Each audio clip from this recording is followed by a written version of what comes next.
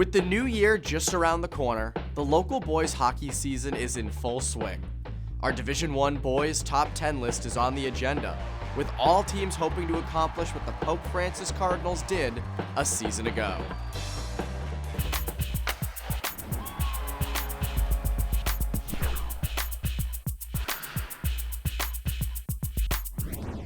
Hello again and welcome to New England Hockey Journal. I'm Evan Marinofsky.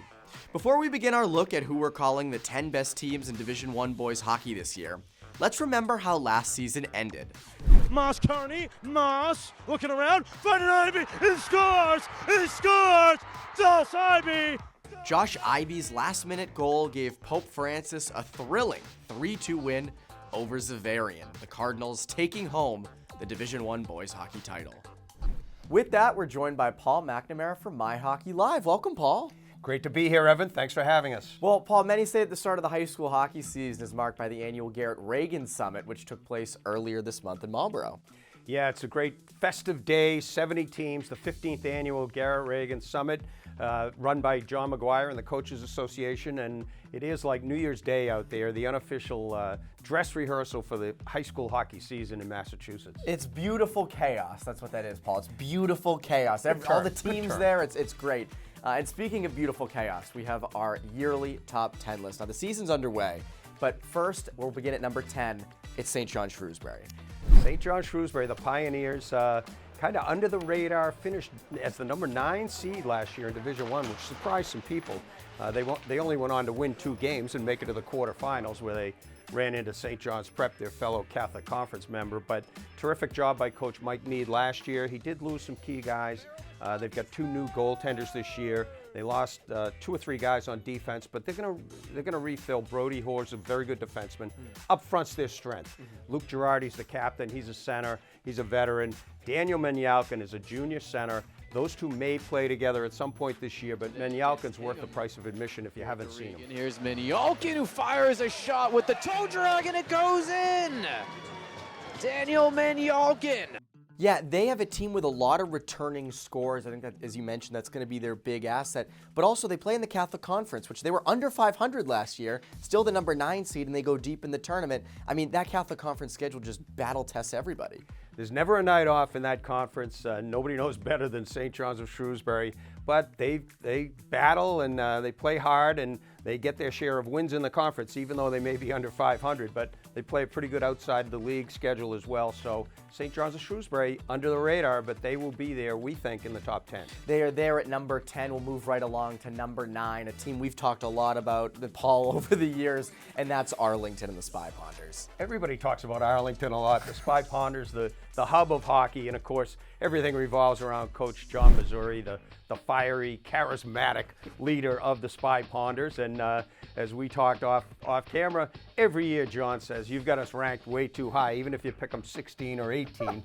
And he approaches the season like that. This year they have lost some kids. They've lost some kids to prep schools, graduation, of course, but they've got a pretty good core coming back, good senior leadership, and a guy on the back end that you love. Yeah, Evan Jones, to me, I was watching the MIAA last year, one of the best breakout specialists I saw, and he was a freshman. And I think that's such an impressive thing. When you're a freshman and able to calmly break the puck out, make nice, smart passes, that goes a long way, and I think he's going to be a guy that everyone's going to be watching in his sophomore year. He's got skill, he can skate, he's got pretty good size, and he's got great hockey IQ. That makes up for a pretty good player. We're just getting started here on the Hockey Journal. Our climb up the top 10 ladder continues after this. New England Hockey Journal's RinkWise Podcast, hosted by Stephanie Wood and me, Evan Marinofsky, is the hockey podcast for serious hockey players and their supporters to help guide them throughout their hockey careers with interviews and insight from some of the biggest names in the game. Download RinkWise today wherever you get your podcasts or listen at hockeyjournal.com/podcast. New England Hockey Journal is brought to you by Bando Performance, using the latest scientific research to push athletes to reach their full potential. And by Nice Rink, the original backyard ice rink since 1991. Hey, how you doing? Charlie Bando here with Bando Performance. Today, I'm with our physical therapist, Karen Benyardi. Karen, thanks for being on the show. Thanks. We just want to know a little bit more about what the 1080 has to offer as we're going over that today. The 1080 Sprint is a computerized robotic resistance machine that works on a cable system, and we can use it to provide resistance and also collect data on athletes as far as sprinting, their strength, their force performance, their power performance in any functional motion that we choose. It could be either running or sprinting, it can be upper body or lower body or full body activities that mimic their athletic performance. Bandit Performance really utilizes this form of technology to see how much horizontal force an athlete can produce and how efficient they are in that manner. Karen, explain a little bit more about what the physical therapy side of things looks like. Well, we use it a lot to compare symmetries side to side. We a lot of times look at force production, but we can look at actually how the athlete is performing in a functional position very similar to what they are actually using their body for when they're performing on ice and playing. So Charlie, we're collecting a lot of data. What do we do with all this data? Yeah, each athlete that comes under our roof has a profile. And with that profile, all that data that goes into the 1080 goes right back into their cloud system. So it gives us the platform and see and nitpick each and every aspect of their development as an athlete, whether it's they need to increase force, they need to increase power on the ice, or they just need to get faster overall in certain steps in various planes of motion. One of the other things that we did, Karen, was the 1080 map. So the 1080 map is a movement assessment profile and is a computerized profile that we utilize to measure full body, functional, three-dimensional upright function, looking at how an athlete utilizes their strength and flexibility and their mobility all at once. Thanks, Karen. Great information. We have so much more here to offer at Bandit Performance. We have 3 locations in Woburn, Dedham, and Worcester, Massachusetts. And to find out more about us and what we can do for you, please visit our website at bando-performance.com. We are back with Paul McNamara of My Hockey Live. Paul, let's resume our countdown in the top 10. And at number 8, we got BC High. BC High, another Catholic Conference team, always there late in the season. BC High started last year overpowering teams where it didn't count with shots on net, but they had a hard time depositing into the net last year, and cost them some games early, and that kind of snowballed throughout the season. And Coach Flaherty, John Flaherty, who's a great coach, he was very frustrated with that throughout the season. And he's also frustrated because some kids are leaving school and looking for the greener pastures again. But he will rebuild. He's got a great program filling from freshmen and JV teams. BC High will be there. They were number 8 seed last year, disappointed in the playoffs, but you know, Coach Flaherty doesn't want that to happen more than 1 year at a time. And BC High will be a contender again this year. Yeah, they're a program that's always in it, and I just think, I agree with you. I think they're going to find their footing, especially this year, even after losing kids like Michael Federico and Joe Feinberg to prep school hockey. At number 7, it's Reading, and we caught up with head coach Mark Doherty at the Reagan Summit. The late season run was great. We have enough returners that hopefully they learn from it and they understand the level of competition to get to that place again, and you know, we'll see. So we heard from Coach Mark Doherty there. Now again, Reading's a team that went pretty deep in the tournament last year. Well, Coach Doherty knows how to coach, and nowhere was it more evident, on no time was it more evident than last year in the job he did coming out of the Middlesex League. Number 14 seed in the Division I tournament, got all the way within a goal of reaching the Garden, and overtime lost to Zavarian in the semifinals. But Coach Doherty knows how to build a team. He's going to build around his veteran goaltender, Chris Hannafin, this year, who was the backbone of that run in the tournament. And he's a veteran, he's a leader, and Reading will not allow a lot of goals, and that's a leg up going into a game when you have a guy like that back between the pipes. Absolutely, and the other thing you have to consider is they lose Laz Giardina to prep school, but they keep Cam Fahey, who's going to be kind of the centerpiece of that offense, and a really, really good forward. Yeah, good skater, good skills, and he'll depend on him to score a lot of goals this year for the Rockets. Yeah, they're a team that, again, they're going to be very much in it all the way. And speaking of public schools, it's the public school segment of the top 10 right now. At number 6, we've got our good friends over at Marshfield. Yeah, not by design. We're not pigeonholing anyone, but the Rams and Coach Dan Conley, always a factor on the South Shore. play a good out-of-conference schedule to get better. They had a good run in the tournament before losing to eventual champ Pope Francis. And ironically, they were a 5 seed last year. We've got them at 6. And I think in some ways this team's more explosive than last year. They had a great goaltender themselves, Brady Quackenbush, who graduated. But they'll fill that role. They've got a veteran senior who's going to be between the pipes. 3 great players up front. Tommy Carroll, Cam McGettrick, and Rylan McLean. The 3 seniors that have played all 4 years. They're 3 senior captains. They've been very productive players for us. They're great leaders, great kids. Shot through traffic, in front, scores! Cam McGettrick. They're fun to watch. They're going to deposit a lot of pucks in nets this winter. And with Coach Dan Conley behind the bench, number 6 may be too low for them. Yeah, they're always in it. They're one of the, they're with Arlington, Reading. These are public schools that are just always in the mix for the tournament come the end of the season. When we return, we continue with our top 10 list. As we go to break, these teams are not on our list, but they could be.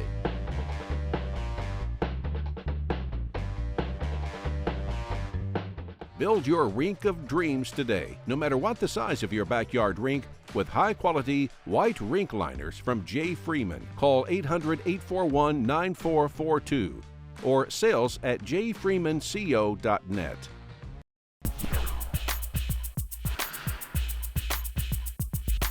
We have some guys that are accomplished up front, some other guys waiting to get in there and really contribute, and we have 3 starting D that came back as well.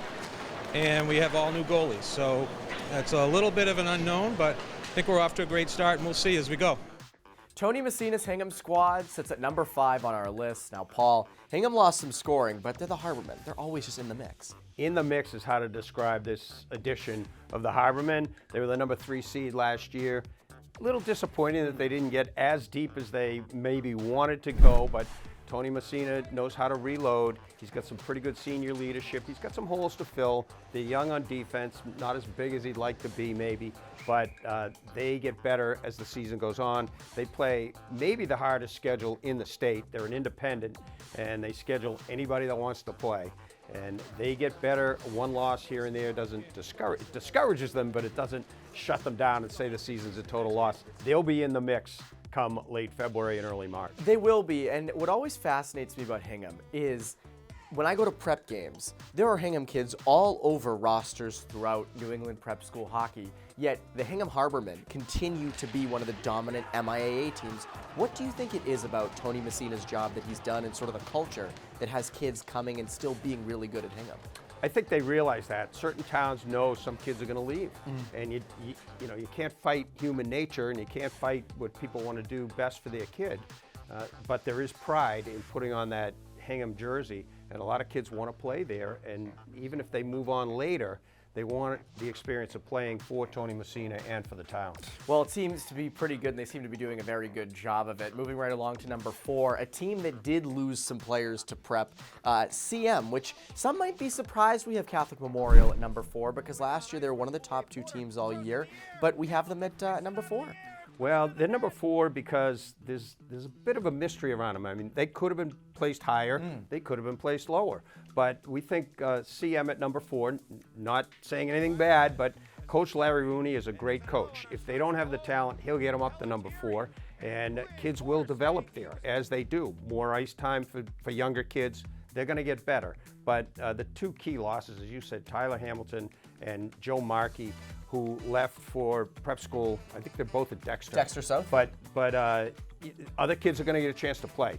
And if you haven't seen Connor Freiberger play, if you haven't seen CM, go see this kid play. He's one of the best players in Division I, and he's a treat to watch. I was going to say, I think he's an early player of the year candidate. Another one that they have, Nick D'Olimpo, really good young forward who I think is going to be really impactful for Catholic Memorial this season. So I am with you. It's a mystery, but at some point this year, hopefully that mystery gets solved. When we return, we reveal the final 3. 2 goals are to win the Catholic Conference and to win a state title, and those are the team goals, and we expect to be in the mix. Our countdown of the top 10 D1 boys hockey teams after this. My Hockey Live broadcasts high school and prep school games across New England online at myhockeylive.com.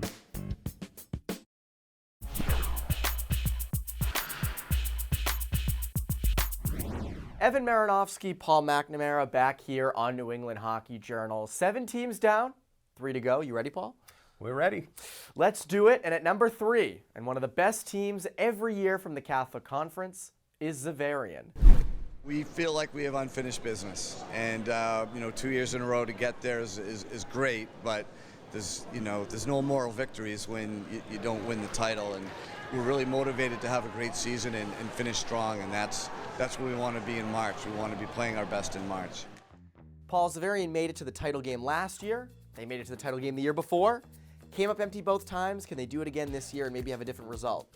I think they can, and a lot of people think they can. Coach Spinelli, I'm sure, thinks they can, and will get that ingrained in the players' heads as well.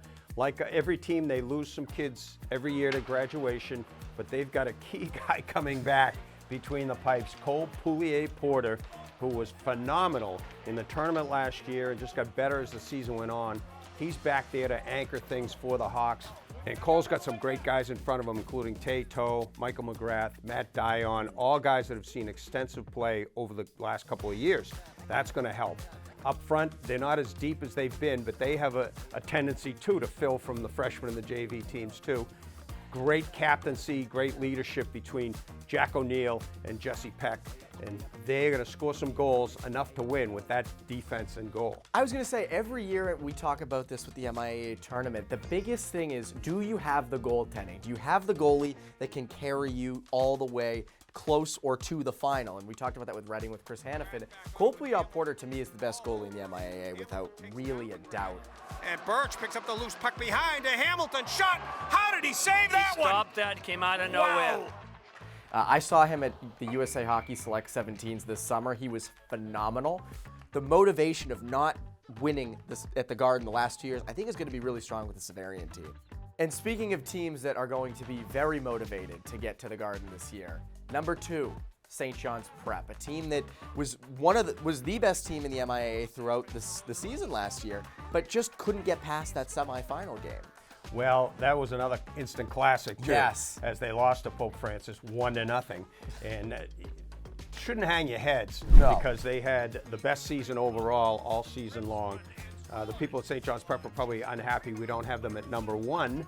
But as I said earlier, you could throw a blanket over these 3 teams, and everybody probably knows whom we have as number 1 now. But St. John's Prep, depth, they reload every year. They've got a great group of captains coming back. They're a little thin on defense in terms of on paper. Jack Doherty's one of the captains. He'll be there on defense. Up front, forwards Johnny Ty and Jake Vanna, who's got about 18 state championships over his 3 sports, and will play lacrosse at Princeton. And also Christian Rosa, one of the top forwards in the state. Centering pass, shot, and a score. Rosa from McGilvery. They're going to be there. St. John's Prep, always a factor. Yeah, they're a team that just is always there. You mentioned it, and I think guys like Jake Vanna, Christian Rosa are so skilled offensively that I'm really excited to see St. John's. And I think putting them at number 2 is going to give them a little added motivation for this season. 9 down, 1 to go. It's defending champions, the Pope Francis Cardinals. But the team in the Springfield Mass Prep School learned recently that head coach Brian Foley has been suspended by the MIAA for 1 year for a rules violation involving out-of-season coach-athlete contact limitations. The MIAA says that an allegation was made by a member school just after Thanksgiving regarding the Pope Francis hockey program. The sanctions were handed down after an MIAA investigation. Dan Fenton will serve as the interim head coach, but still, Paul, the Cardinals come in as our top-ranked Division I hockey team. They had a great run down to the end. Every team that wins does, but a lot of one-goal games, and that was a credit to their goaltending. Nick Ritchie is back. Yes. Not the biggest guy, but again, one of the top 3 or 4 goalies in the state, arguably. And they've got some guys returning, but they lost guys too. A key defection was C.J. Watroba, whom we might see in the NHL someday. Yes. And Josh Ivey, who's now PGing up at Cushing. Great leader last year for the Cardinals.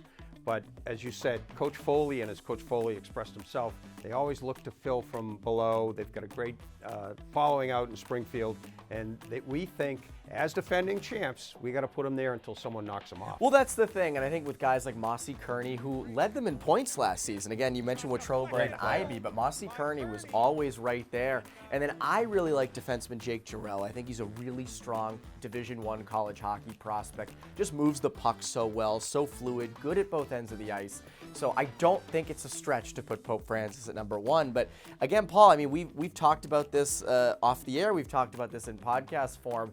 The 1, 2, 3, and 4 teams really could all make a case for number 1.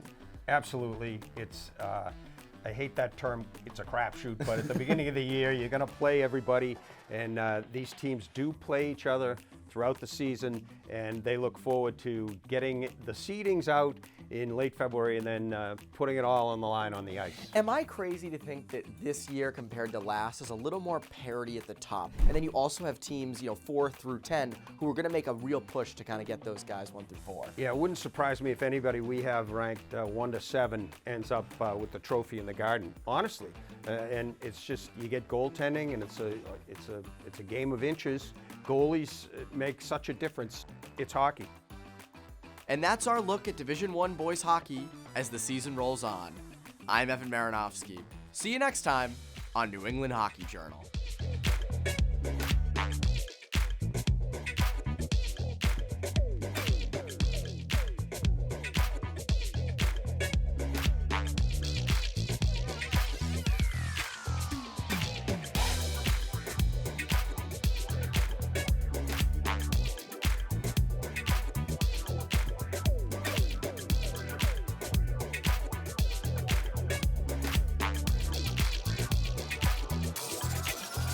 New England Hockey Journal is brought to you by Bando Performance, using the latest scientific research to push athletes to reach their full potential. And by Nice Rink, the original backyard ice rink since 1991.